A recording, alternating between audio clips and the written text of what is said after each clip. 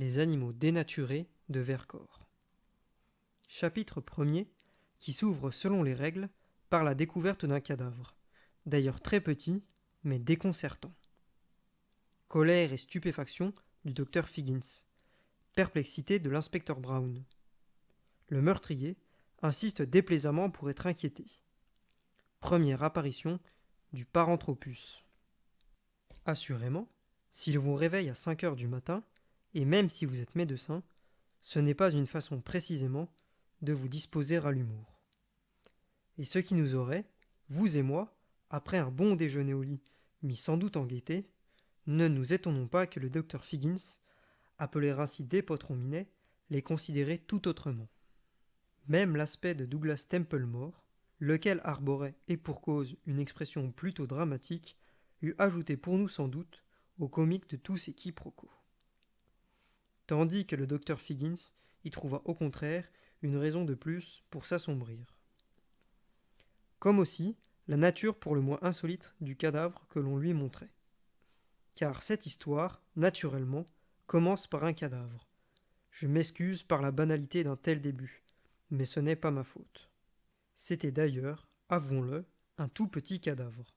Et certes, petit ou grand, le docteur Figgins, au long de sa carrière, avait eu mainte occasion d'en rencontrer. De sorte qu'il ne s'étonna point d'abord de celui-là.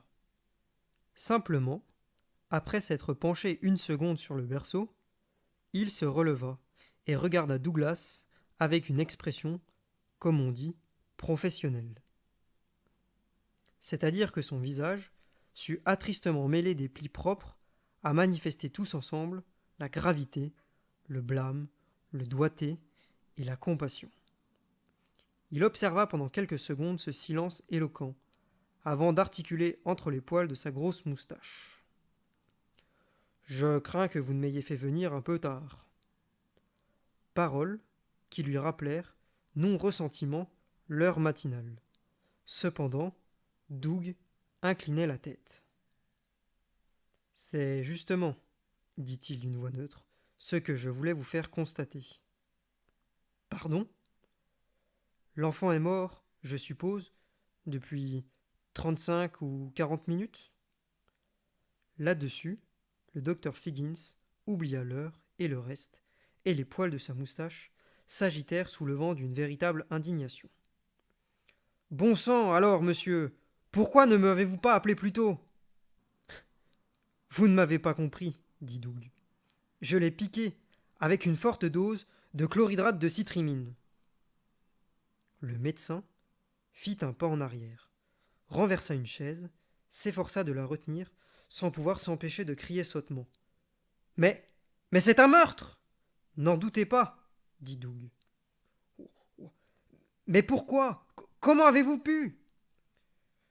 Je réserverai pour plus tard, si vous le voulez bien, mes explications. « Mais il faut avertir la police, dit le docteur avec agitation. J'allais vous en prier. Figgins prit l'appareil d'une main, qui tremblait un peu. Il appela le commissariat de Guildford, demanda un inspecteur, et pria d'une voix enfin affermie qu'on vint constater, à Sunset Cottage, un crime sur un nouveau-né. La voix, au téléphone, interrogea. « Infanticide ? Oui, le père m'a déjà tout avoué. Bon sang, ne le laissez pas filer. Oh, il ne paraît pas en avoir la moindre intention. » Le médecin raccrocha.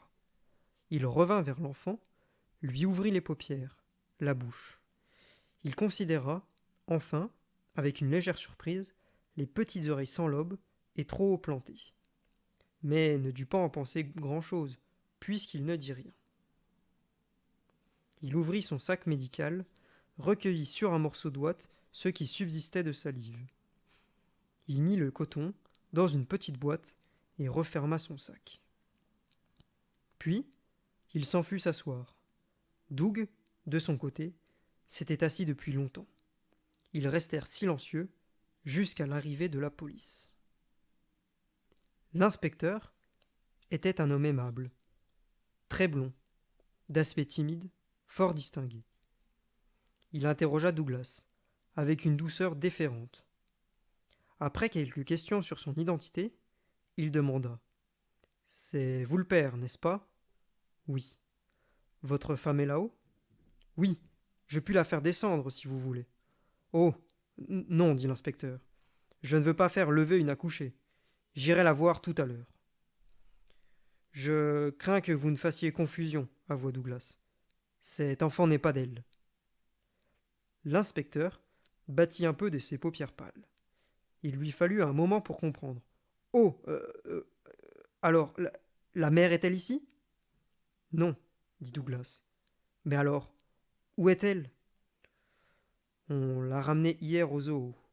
Au zoo? Elle est employée là-bas? Non, elle est pensionnaire. L'inspecteur écarquilla les yeux. Plaît-il? La mère n'est pas une femme, à proprement parler. C'est une femelle de l'espèce Paranthropus erectus. Le médecin et le policier, la bouche un peu ouverte, considérèrent Doug un instant sans souffler mot et se jetèrent furtivement l'un à l'autre un regard inquiet. Doug ne put s'empêcher de sourire. Si le docteur, dit-il, veut bien examiner l'enfant d'un peu plus près, il relèvera certainement quelques anomalies remarquables. Le médecin n'hésita qu'une seconde. Il alla, d'un pas ferme, au berceau, découvrit le petit corps et lui retira ses langes. Il dit simplement Dieu et saisit d'un air furieux son sac et son chapeau. Sur quoi, l'inspecteur, à son tour, s'approcha avec une promptitude inquiète. Mais qu'est-ce qu'il y a? Ce n'est pas un garçon, dit le docteur, mais c'est un singe. Douglas lança bizarrement. Et en êtes-vous sûr? Figgins devint très rouge. Comment si j'en suis sûr? Inspecteur, dit-il, nous sommes l'objet d'une simple mystification. Je ne sais pas ce que vous comptez faire, mais pour ma part. Il ne prit pas la peine de terminer, il allait déjà vers la porte. Permettez, docteur, une minute, intervint Doug, d'un ton sans réplique. Il lui tendit un papier qu'il venait de sortir du tiroir du bureau. C'était une feuille à en-tête, du Collège royal de chirurgie. Veuillez lire ceci. Le docteur hésita, prit le papier et mit ses lunettes. Je sous-signais S.D. Williams, membre du Collège royal de chirurgie, KBMD, déclare avoir à ce jour, à 4h30 du matin, délivré d'un enfant mâle en bonne condition physique, une femelle pithécoïde nommée Derry, de l'espèce Paranthropus erectus. Celle-ci, à la suite d'une insémination artificielle, opérée par mes soins à Sydney, dans un but d'expérimentation scientifique, avait été fécondée le 9 septembre 19 des œuvres de Douglas M. Templemore. Les yeux déjà globuleux du docteur Figgins s'ouvraient derrière ses lunettes, dans des dimensions surprenantes. Douglas pensa. Il va les pondre.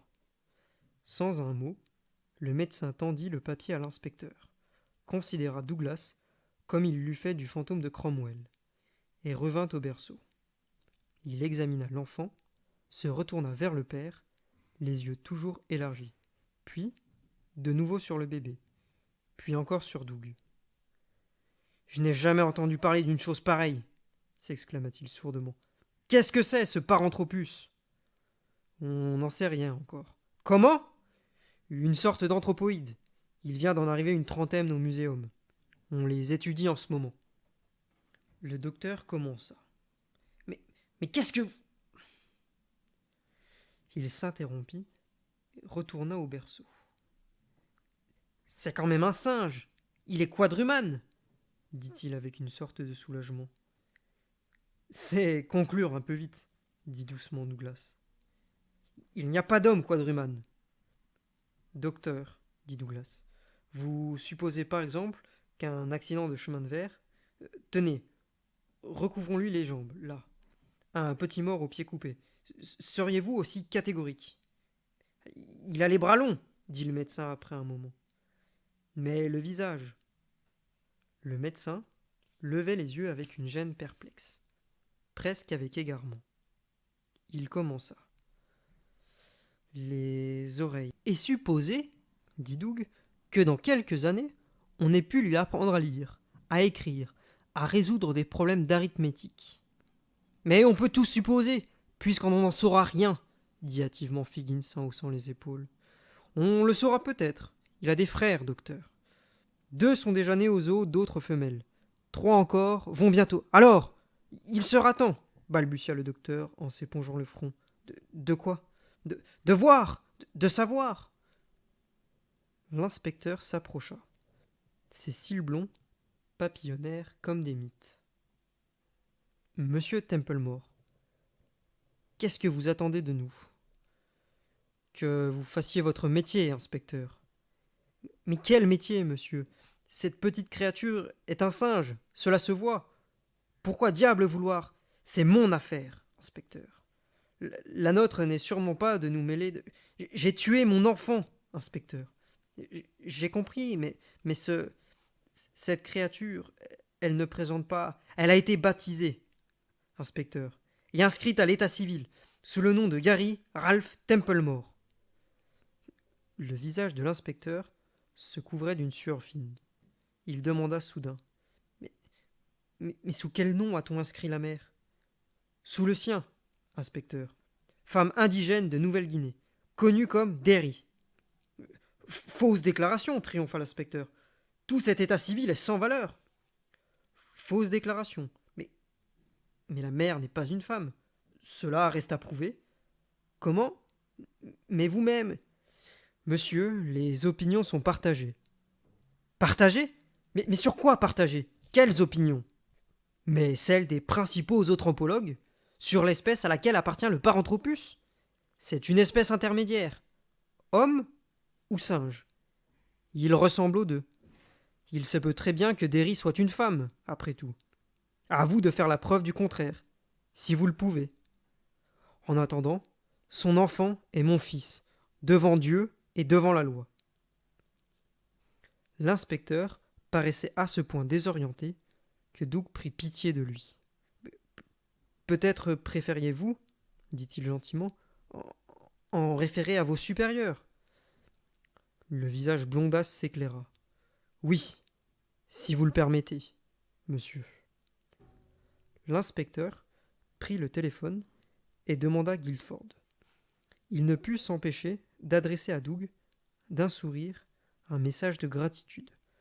Le docteur s'approcha et dit « Mais alors, si j'ai bien entendu, vous allez vous trouver le père de 5 autres petits singes, tout pareils. » Vous commencez à comprendre, docteur, dit Douglas.